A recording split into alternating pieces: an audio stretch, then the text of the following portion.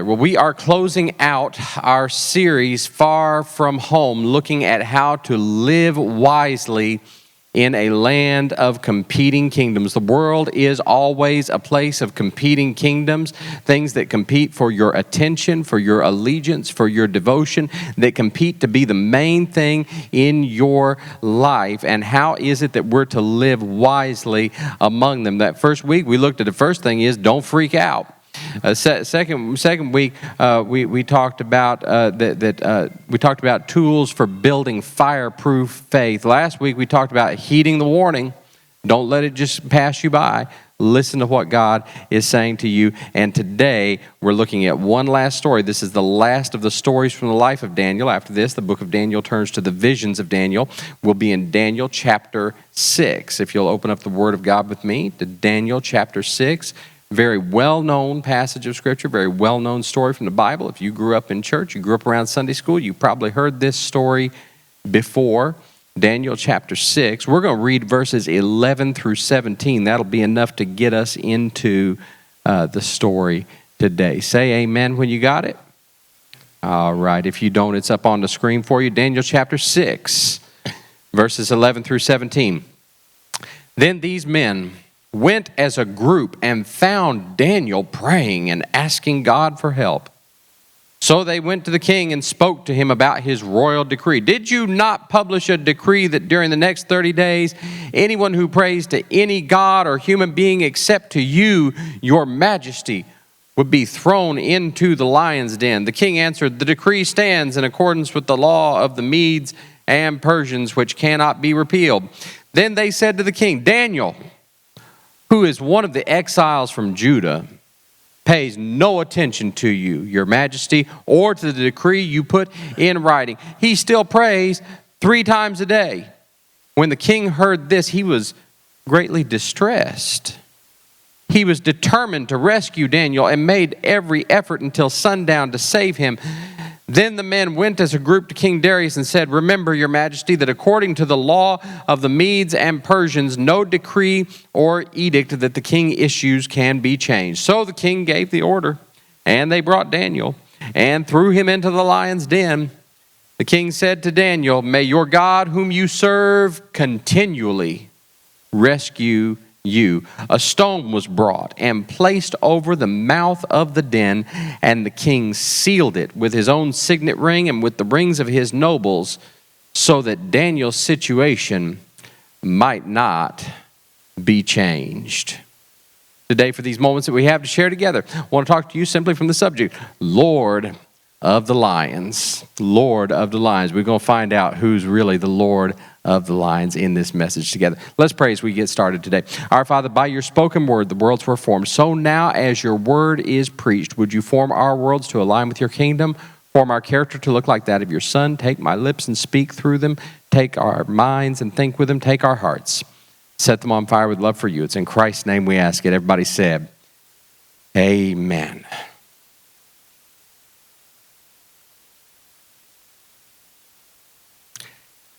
How did I get here? I mean, how did I get here? Maybe you've asked yourself that question a time or two. Things went sideways, things went left. You don't even know how it happened. Things just got crazy so fast. You don't even know, you haven't even put together the confluence of events that led to you being where you are. And you look and say, how did I get here? Could have been something on your job or in your family or your finances or all of the above. And sometimes to make matters worse, not only does the situation feel bad, but you feel stuck too. I don't see a way out of this. It's sealed. You know, Daniel finds himself in this situation, not only with lions that could eat him alive, but in verse 17, it says that the stone was brought and placed over the mouth of the den, and the king sealed it. You ever feel like somebody sealed your situation? So not only am I dealing with something that's threatening, with things that could consume me, with things that could eat me alive, but I'm sealed in with it. How did I get here? Y'all are going to have to help me preach today. Listen, this is the last of the stories in Daniel. After this, the book shifts from stories about Daniel to the visions of Daniel. It also shifts, interestingly, from the language of Aramaic, which was the everyday language, into Hebrew. It's a definite break in the book. This is the last of the stories. Daniel is pushing 90 years old now. His friends Hananiah, Mishael, and Azariah, you might have known them as Shadrach, Meshach, and Abednego before. They probably passed off the scene by now. Well, he's seen it all. He's seen kings come. He's seen kings go. Last week we looked at the whole kingdom of Babylon fell. Now he's got a whole new kingdoms. The Medes and the Persians have overthrown Babylon, and Darius has taken the throne. Things sure have changed. Daniel's been rolling with the punches all this time, and now he ends up in a lion's den for his trouble. Now, if you've been here looking at these stories with us in these weeks, you might wonder, how does Daniel keep dealing with the shifting vicissitudes of his life? I mean, first he gets taken from his homeland, and they try to make them Babylonians, and they then almost get executed for somebody else's failure. But they come out of that. Daniel ends up getting promoted. His friends get promoted with him, but then they end up in a fiery furnace. Well, he spends decades serving as a government official there in Babylon, and then the whole kingdom collapses in one night. And yet, through all the ups and downs, Daniel has discovered that God is faithful no matter what. No matter what happens around me, no matter the ups and downs of life, just like you and I have to deal with a lot of changes and a lot of situations in life, you got to learn this from Daniel.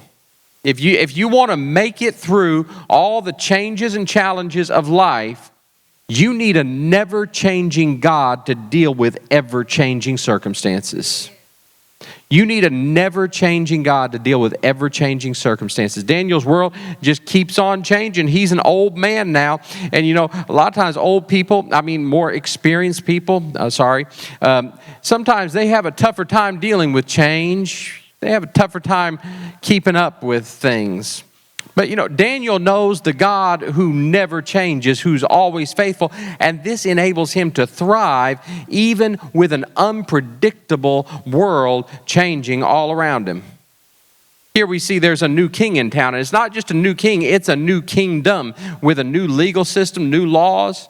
And Darius, being a reasonable ruler, he keeps these wise men around for the sake of institutional continuity. So even though Daniel is quite old now, in verse 6:3, it says, chapter 6, verse 3, it says that he has distinguished himself in his role.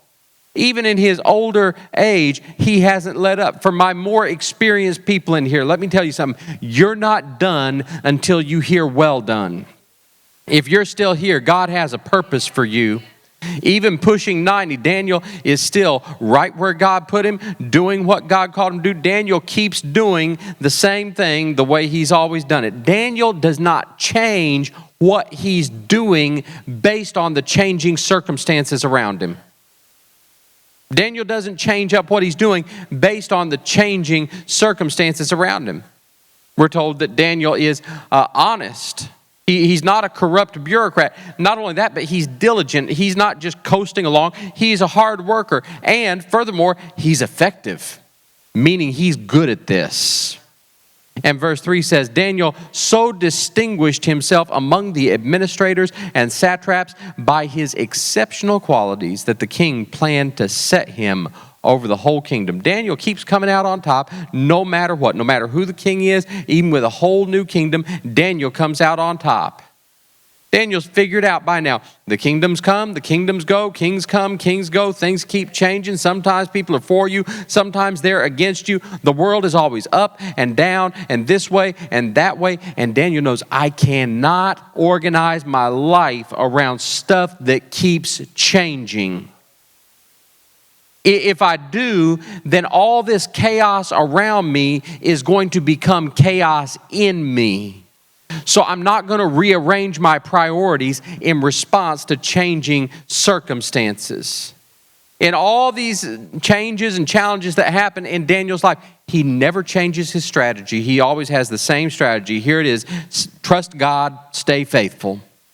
That's his whole strategy. Trust God, stay faithful. I know you wanted it to be something a whole lot more deep and a whole lot more profound than that. You wanted something real technical, but it's really very simple. Trust God, stay faithful.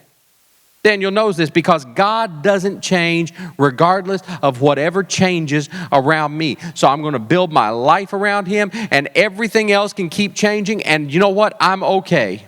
I'm adaptable, I'm adjustable, I'm flexible because my life isn't built around the things that keep changing. I don't feel threatened, I don't get nervous, I don't get scared when things change because I have a never-changing God. We used to sing a song when I was growing up, said, time is filled with swift transition. Not on earth a move can stand. Build your hopes on things eternal. Hold to God's unchanging hand. Hold to God's unchanging hand. That's the strategy. No matter what happens, I'm just going to trust God and stay faithful.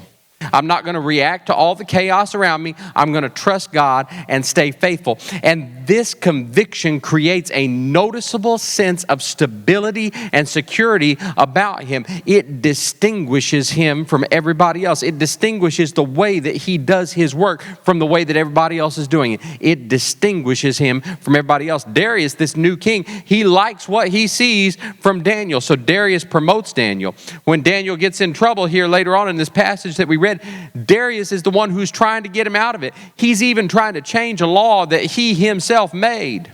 In the end, Darius will recognize God, and he preaches actually a pretty good sermon about Daniel's God. Well, how does he know?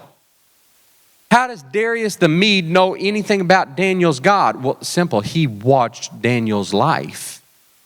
He watched Daniel trust God and stay faithful. In Karen Blixen's very famous memoir, Out of Africa, she tells a story about a young man that she hired named Kamante. And after a time, Kamante came and said that he's leaving her to go to work for someone else down the street. And Blixen says, well, why? I've really enjoyed having you here. And are you not happy here? Are we not treating you well enough? Kamante said, no, it's not that at all. You've treated me well. He says, but I've been thinking that I'm either going to become a Muslim or I'm going to become a Christian. And so what I decided to do was I was going to go to work for a Christian for a while and see what they're like up close, see how they live up close, and then I was going to go to work for a Muslim and see what they live like up close. And so since you're a Christian, I came to work for you to see what you're like up close. And Blixen said at this she was absolutely horrified and said, good God, Kamante, you might have told me that when you got here. Let me tell you, somebody's watching you. Somebody's watching you. You might not know it, but somebody is watching how you live. Somebody is watching how you deal with the changes and challenges of life. Somebody is watching to see how you deal with the ups and downs of life. If you trust God and stay faithful, or if you freak out.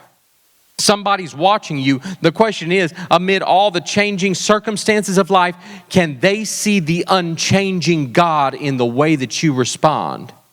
Can they see the unchanging God in the way that you go about your work and in the way that you carry on relationships? If you have an unchanging God, then you won't freak out when things around you shift and change. And when stuff gets shaken, you won't be shaken. You'll have a sense of calm and peace and joy at the center of your life that doesn't change no matter what's going on around you. Kings come, kings go. You know what? I'm going to trust God and stay faithful. Kingdoms rise, kingdoms fall. I'm going to just trust God and stay faithful. You know what? They changed a bunch of stuff up on my job. Yeah, I'm just going to trust God and stay faithful. Well, the world and the culture is changing and there's all this crazy stuff happening. No, I'm going to trust God and stay faithful. In all the changing circumstances of life, you can count on the God who never changes. Oh, but that doesn't mean there won't be some problems. I mean, Darius likes what he sees in Daniel, but Daniel has some co-workers who they see a threat in Daniel, and so they make it their job to create a hostile work environment. See, what we find out from Daniel is you can have confidence even in a threatening environment. You can have confidence even in a threatening environment. Here's the situation. You got a new king, you got a new kingdom, there's a new way of doing things. And what they had was they had 120 satraps. These were kind of like mayors or governors over these different territories. And then over them, there were 3 administrators. So each of them oversaw 40 satraps. Now the king decides, you know what? I'm going to set Daniel over all of them. I'm going to take Daniel, who's one of the 3 administrators, and I'm just going to make him over all of it. That means that everybody's position is getting shaken up because of Daniel's promotion. Everybody else's job is changing because of his promotion, and therefore his co-workers get jealous, they get scared, they get nervous, they feel threatened, and they respond the only way they know how. That survival instinct kicks in, and they go after Daniel. Now, Daniel didn't do anything to them. Daniel didn't even ask for this promotion. He wasn't even looking for this promotion, and yet here they are after him. Listen, some people will not like you. Some people will not like you, but it's not really about you. It's really about them. It's about what they feel. It's about the situation they find themselves in. They feel threatened, so they create a threatening environment. Anybody know what it's like to be in a threatening environment? James McClendon, American theologian, he died back in 2000. He wrote this in the introduction to his systematic theology. He said, "The world is not the church, and the church is not the world." No, it bears repeating. The world is not the church, and the church is not the world. It might seem really obvious to us. That might seem simple. And yet, we still have a whole lot of people in the church who act shocked and offended when the world doesn't act like the church. They act shocked and offended. They clutch their pearls every time the world acts like the world. Listen, the world be worlding out here. Yeah, it does. But you know what? You don't have to panic and you don't have to get nervous because God is still Godding in spite of the world that's worlding. So stop acting shocked all the time. Stop getting offended. Stop getting anxious about things. Yeah, the world does what the world does. Daniel's co-workers are doing the only thing they know to do. Take a look at how they respond to this threatening environment. And we're going to look at how Daniel responds to the threatening environment. We're going to see 3 predictable ways that people respond to a threatening environment. 3 predictable ways that people respond to a threatening environment. And here's the first one, panic. Panic. This one's obvious. Get scared. Hide. Run. Every man for himself. Or if you can't hide, then cave. I mean, if you can't beat them, join them. It's survival instinct. Panic says, I got to do what I got to do. I have no choice in the matter. It's the path of least resistance. It is the path of assimilation. We talked about that a couple of weeks ago. Assimilation. You lose your unique identity. You start reorganizing your life in reaction to this perceived threat. This was the threat in Babylon. They didn't just seek to subjugate the people they conquered. They wanted to assimilate the people they conquered, to turn them into Babylonians. Daniel's co-workers feel threatened because their security is in their position. Their security is in who they are there. And so when their position changes up, when their job changes up, they freak out because who am I without this? Who am I if I don't have this position? Who am I if these people aren't for me? Who am I if I don't have this job? Who am I if I don't have these friends? See, people generally do whatever they think they have to do in order to get whatever they feel like they have to have. People generally do whatever they have to do, feel like they have to do in order to get or keep whatever they feel like they have to have. Oh, that's going to help somebody at work this week. See, I feel like I have to have this job. There's no other job for me. I have to have this one. And so anything that threatens that, and I'm going to respond out of that. I have to have this relationship. I have to have these people to like me. I have to get into this school. What's going to happen to me if I don't? It's the fear that keeps people in line. It's the fear that keeps people in line. People will use your fear to assimilate you into whatever it is that they want you to be. And Daniel never does this. Look, in all these stories, even in this one, he and his friends are always referred to as exiles. They tell the king, they say he's one of the exiles. Now, here's the thing. Daniel was taken from his homeland as a young teenage boy. He might have been 14, 15 years old, something like that. He's pushing 90. He's been there all this time, and yet he's still called an exile. He's still thought of as an outsider. He's still thought of as different, even though he's lived most of his life in Babylon. Why do they still think of him as different? Because his identity is not rooted in Babylon. It's not rooted in his job. It's not rooted in who the king is. No, he gets his identity and his sense of self from God. And that's why he doesn't panic when everybody else does. Panic. A second way that people respond to threatening environments and situations is pride. Pride. And this one is kind of tricky because sometimes people will mistake this for boldness and faith. Sometimes people mistake this for boldness and faith. Well, how do you know the difference? How can you tell the difference? Because pride always makes a show out of defiance. Pride always makes a show out of defiance. It's trying to prove my greatness rather than relying on God's greatness. When we're told about this law that the king passes, Daniel goes into his house to pray. He doesn't say, you know what? You say I can't pray. I'm going to kneel down right here and pray. I'm going to do it right in front of it. No, he's not threatened. He's going to keep serving God, but he also doesn't make a prideful show of it. He just keeps doing what he does. He's not fearful. He's also not defensive. He just serves God.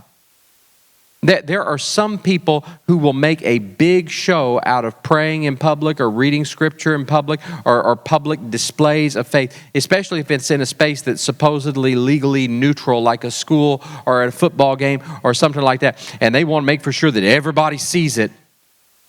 And people will watch that and people say, well, they're standing up for Jesus. Are you sure? Are you sure? Because sometimes maybe they're doing it to be seen. Maybe they're doing it just to press a point or to grind an axe. I mean, yeah, I get that you want to pray, but you got to pray on the 50-yard line. I mean, you can't just pray like elsewhere afterwards. I mean, is it really for God or is it a show?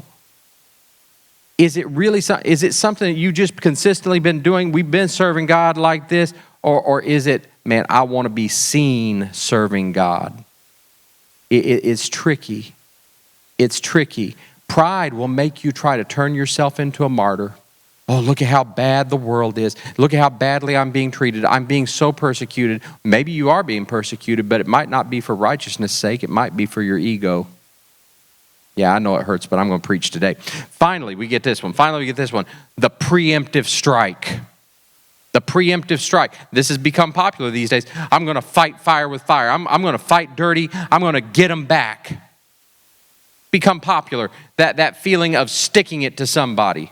Well, this threatening situation and how bad they are, it justifies me doing whatever it takes. I'm just going to have to do it.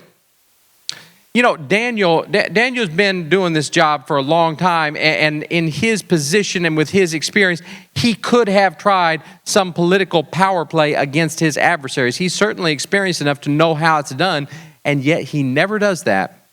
He never does that. You never hear of Daniel in any of these stories trying to act out of this urge to protect his own interest. He never gets into fighting his own battle. Listen, this is for some folks that I've met some people who have become sort of militant lately. They become really concerned about, well, we're losing our rights. And look, there's a lot to be discussed. It's a whole other sermon that we could talk about religious liberty. It's a big subject. But here's the thing. Some people get really upset. They get really angry. They get really offended because the world is hostile to some aspects of Christian morality. And then feeling the threat of that, they respond out of fear and anger and hatred. Stop. Stop that. The world is the world. It's not the church. It wasn't ever the church. It goes with the territory. Stop getting mad about it. Stop getting upset about it. The world is so bad and mean. Yes, of course it is. They don't really have a choice. They don't have another way. Daniel's jealous coworkers, they respond the way that they do because that's all they know. They don't have an unchanging God. They have to build and rebuild their lives around changing circumstances. Every time we get a new king, I got to rearrange all my stuff. Every time that there's a new kingdom, I got to rearrange all my stuff. And so they're constantly feeling threatened, and they're constantly creating threatening environments. This is just what they do. But Daniel keeps doing what he's always done. I'm going to trust God and stay faithful. Some people might like it, and some people don't, but Daniel is not bothered by any of it. Daniel is not threatened. He's courageous in the face of threats. He's never defensive. He's courageous even in the face of threats, even ones with teeth, literal teeth in this case. The life of Daniel is tailored to teach us this. Courage is built from consistency. Courage is built from consistency. Courage is not what happens in response to a particular threat in a particular moment. No, it is built in the crucible of the mundane matters of every day. That's where courage is built. In verse 16, the king says to Daniel, "May your God, whom you serve continually, rescue you." May your God, whom you serve continually. Darius knows this about Daniel. He knows this. He's seen Daniel enough to know, man, if it's one thing about Daniel, he's going to serve God. He's going to serve God. It did not just come up that day. Oh, Daniel, I didn't know. I didn't know that you served God. Oh, really? Okay, now that you're serving God.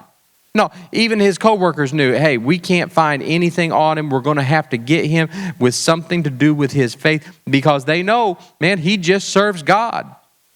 Every day. This is just what he does. Every day, 3 times a day, he goes, he prays. It's not what you decide in the moment. It's what you decide every day that determines how you respond to threatening situations. It's not what you do in the moment. It's what you decide every day that determines how you respond to threatening situations. It determines how you respond to temptation. It determines how you're going to deal with the changes and challenges of life. Listen, in your prayer life, it's consistency, not intensity, that counts. It's consistency, not intensity. I would much rather you develop a habit of spending 15 minutes in prayer every day than just sporadically praying for an hour. It's the principle of time over time. Time over time. Let me help somebody today. Time over time. If I go and I work out for 16 hours straight and then do nothing for 3 weeks, and then I go and work out for 10 hours on another day, but do nothing for 2 weeks, and so on. I'm sporadically going really, really hard. Probably the only thing I'm going to get is sore and possibly some kind of injury. But if I work out an hour a day for 30 days, I'm going to become healthier. I'm going to become stronger, because it's not just how much time I spend doing something, but it's spending time over the course of time. Time over time makes the difference. Time over time makes the difference. The most important things in your life, listen to me, the most important things in your life have a cumulative effect like that. Your relationship with your spouse or with your kids, it's not the vacation you take every year. That's not it. It's not the special experience that you plan. It's not date night. No, it's the attention and affection that you give every day that makes the difference. Time over time. And so it is in your relationship with God. So it is with your spiritual health and vitality. Some of us, especially from our tradition, we think it's about a particular experience or a particular kind of experience, that we're going to be at the altar and God's just going to drop down one day and we have this great transcendent emotional experience and we're just changed.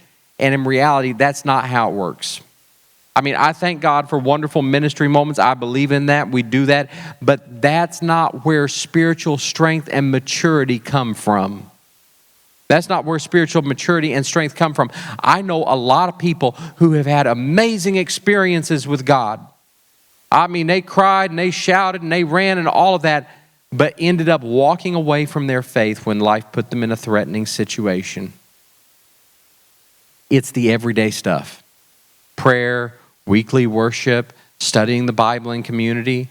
We have these little papers. There should be some by the entrance today. 7 Christian habits.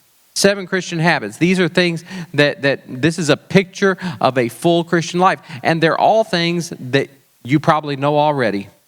But lots of people discount these things. They think, oh, I know all of that. I get all that. Because they're looking for something real deep and real profound. They're looking for some kind of bolt out of the blue. And that is not how it works. 7 Christian habits, they're all simple. You won't be surprised by any of them. You know all these things. None of them are surprising. None of them are shocking. And that's the point. God has made it simple. God's made it simple. He's not playing a game of keep away with you. No, listen, it is ordinary means of grace applied consistently that yield extraordinary results. Ordinary means of grace, things like prayer, things like worship, things like Bible study, ordinary means of grace applied consistently yield extraordinary results. Hear me. If you come to church occasionally, you come to church once in a while, I will be glad to see you whenever I see you. I am. I'm glad to see you whenever I see you, and you'll have a good time. We endeavor to make Sunday your favorite day of the week. You're going to have a good time. You're going to leave inspired. That's good. Come once in a while. But go all in for 52 weeks. I promise you will never be the same. Your family will never be the same. Man, your life, your work. This is our challenge. Go all in for 52 weeks. 52 weeks, Sunday worship every week, Wednesday Bible study, find a place to serve in ministry, tithe, do all of it. Give us 1 year of your life. Give us 52 weeks. It'll change your whole life. It'll change your whole outlook. It'll change your relationships. It'll change your finances. It'll change your work. You will experience personal transformation, guaranteed. There are people all over this room today that could tell you, hey, it happened for me. 52 weeks and I was never the same again. It's that principle of time over time. Commit to giving regular time over the course of time and things will start changing. You'll start changing. Now, I know somebody says, well, I just don't have time right now. Things are crazy at work and the kids have all of this stuff at school. I just don't have the bandwidth for it. I don't have the money for all that. Yeah, that's all true. That's all true. I hear what you're saying. That's all true. I would not minimize that for anything in the world, but let me tell you something. It's always going to be the case. It's always going to be the case. It's uphill. You will not just fall into spiritual strength and maturity. You will not just fall into spiritual courage. It's uphill. It's always going to be too difficult until you decide. Until you decide. When you decide to commit, then God will give you the resources to overcome the challenges and temptations that stand in the way of you becoming the person that God made you to be. You take that step of deciding, and God will give you the strength that you need. He'll give you that courage in the moment. Courage is built from consistency. Spiritual maturity is built from consistency. Strength is built from consistency. Most of the positive things in your life happen as a result of consistency. Okay, great. So I got it. I do these things and then everything's going to be fine. Well, not so fast. There's one more thing that we see here in the life of Daniel, and that's this, that faithfulness does not equal a problem-free life. Faithfulness doesn't equal a problem-free life. A series of unfortunate events. That's how we might describe Daniel's life. It was a series of children's novels that was made into a very bad movie with Jim Carrey, but a very good Netflix series with Neil Patrick Harris. It's worth watching. The story, it follows the misadventures of the Baudelaire orphans. The Baudelaire orphans, their parents were killed in a fire and through a series of unfortunate events. They are always landing in the hands of this evil Count Olaf, who's looking to steal their fortune and do away with them, whatever it takes. And in each story, the Baudelaire orphans, through their smarts, through their wits, they're good kids, they're polite, they're talented, and through all of that, they manage to come out on top in every story at the end of that story, but they come out of one bad situation just to end up in another one. The very next book starts out with another problem. And it kind of reminds me of Daniel and his friends and their experience. Think about it from his perspective. Daniel is maybe 15 years old when he's dragged out of his home and away from his parents and away from everything that he knew. He gets to Babylon, and they want him and his friends to eat like them, dress like them, think like them, respond like them, worship like them, bow down like them, do everything like them. They're on the underside of things. And stuff got crazy with Nebuchadnezzar, and there was nothing that they could really do about it. And yet in every situation, God gave Daniel resources to handle the things that he couldn't handle on his own. See, faithfulness doesn't mean you won't have problems. Faithfulness means that you'll have the resources to deal with the problems when they come. Faithfulness doesn't mean you won't have problems. It means you'll have the resources to deal with problems when they come. Daniel has faced all kinds of problems, and now here he is in his old age. Daniel finds himself in a lion's den, and he could be forgiven for looking at that situation and wondering, how did I get here? I mean, I am too old for this. I mean, after all these years, after all these things, haven't they learned by now? How did I end up here? Oh, yeah, I remember how I ended up here. I ended up in this situation the same way I ended up in every other situation. Trust God, stay faithful. Yeah, I've been doing that. It's his faithfulness to God that gets him in trouble. It's his faithfulness to God that gets him in the mess. His jealous coworkers, they say, well, we can't find any dirt on him. We can't catch him doing anything wrong. So they said, you know what? We're going to have to find something that's to do with his faith. And so they come up with this plan to pit Daniel's faithfulness against Darius's ego.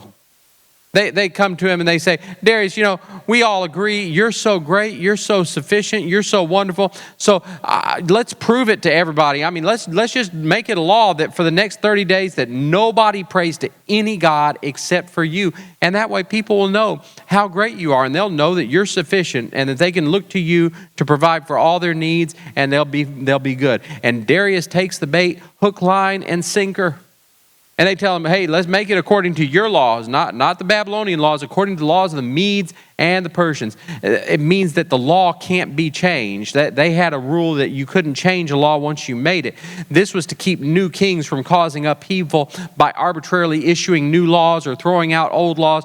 That way they're not starting over again with every king. So once you've made a law, it's permanent. Daniel's opponents, they're using political gamesmanship to put him in a situation that he can't get out of.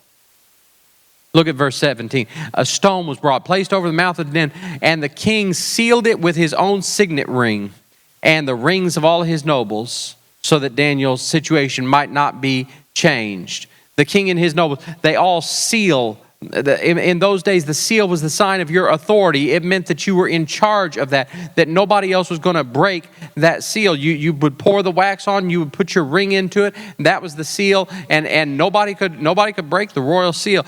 Only the king could come and break the royal seal, because that was it. It was permanent. They did it so that Daniel's situation might not be changed. He is stuck with the lions because of his faithfulness. Because of his faithfulness. It was his faithfulness that got him into this mess, but it's also faithfulness that gets him out. And this is for somebody today. You are tempted to give up. You're feeling stuck, like life is going to eat you alive. And you say, you know what? I've been faithful. I've been coming to church. I've been tithing. I've been doing the things, but things aren't changing, and I feel stuck. And if anything, things are just getting worse. Is this what I get for faithfulness? Let me tell you today, the same thing that got you in is going to get you out. And it'll keep you in the middle. That they put him in there. They sealed the exit. Meaning they think that they're in charge of that situation. They think that they're in charge of situation. That's it. Nobody can change it. We stuck him in there with the lions. But see, they don't know who the lions belong to. Oh, this raises the question, who's the real Lord of the lions? Who's really in charge of the lions? They think they're in charge of the lions.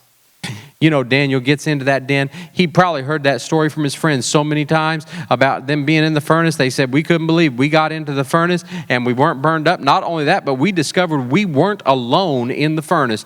God was with us there. They probably told that story over and over again. He probably got tired of hearing it. He memorized that story. So when Daniel goes into that den and hears the stone rolling into place over the exit behind him, he doesn't panic. Because Daniel knows the same God who can take heat out of the fire can shut the mouths of lions. If he's Lord in the furnace, then he's Lord in the lion's den too. I serve a never-changing God. My situation might change. It might be up. It might be down. But God never changes. But here's our problem. We think that God is subject to our circumstances. We think God is subject to our circumstances. We think that God has to fix things the way we think they need to be fixed. And that's why we have issues trusting God.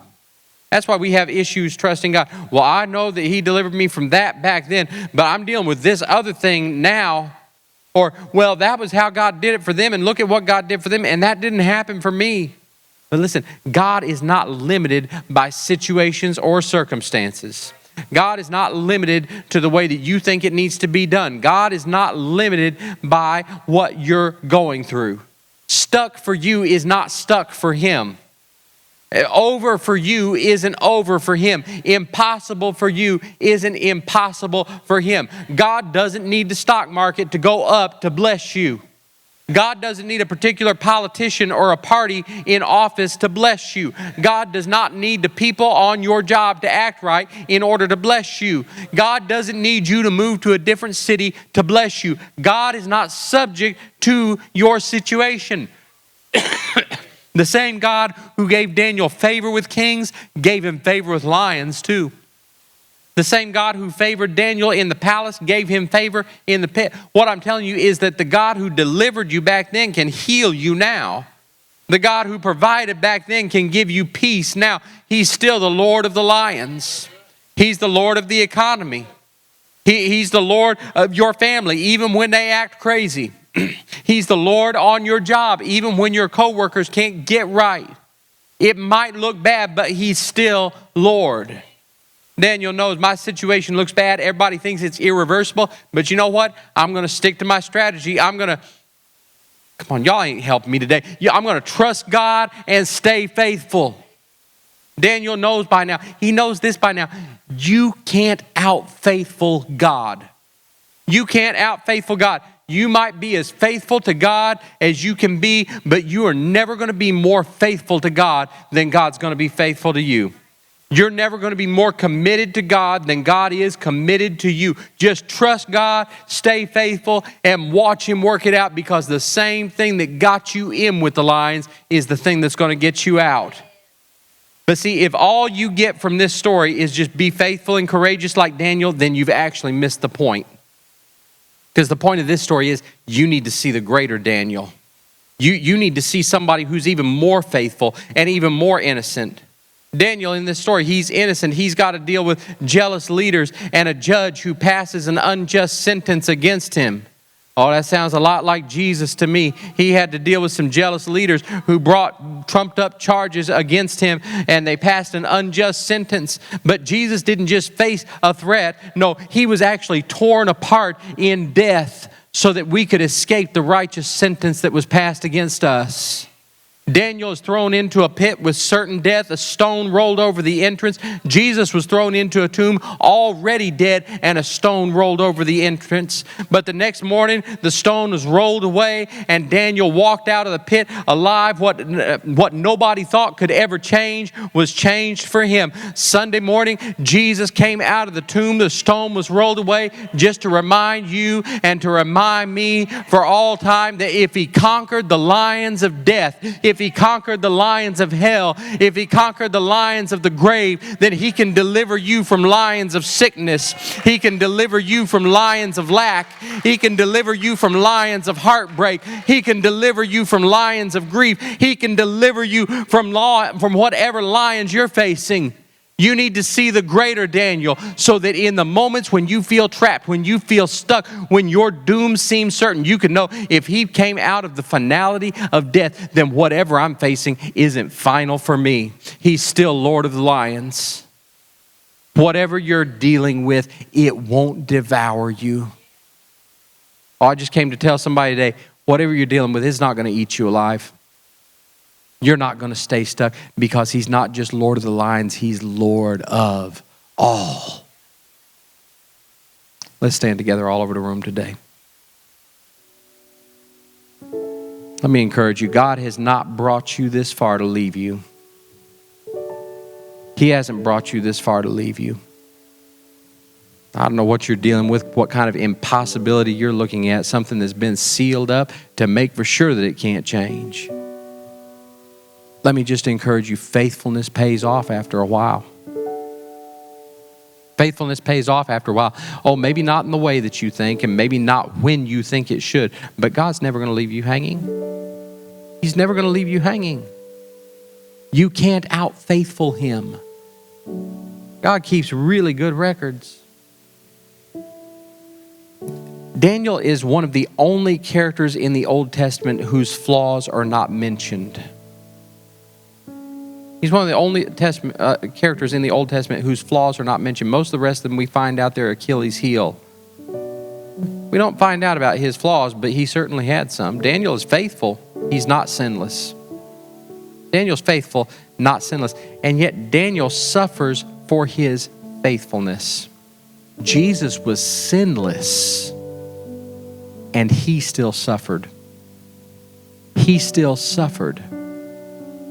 So why anybody would ever believe that if you could just muster up enough faithfulness that you'll have a problem-free life, that you'll never have to face some lions, that you'll never feel stuck, that you'll never end up in a den, that you'll never end up in a furnace.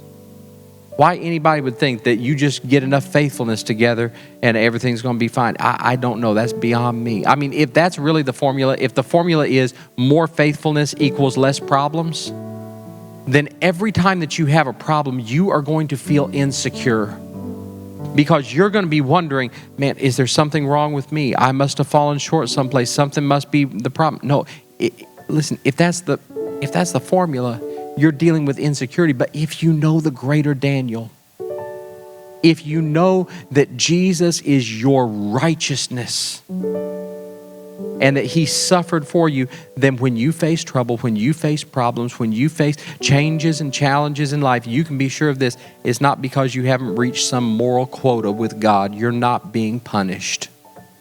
He was punished for you. He's your righteousness.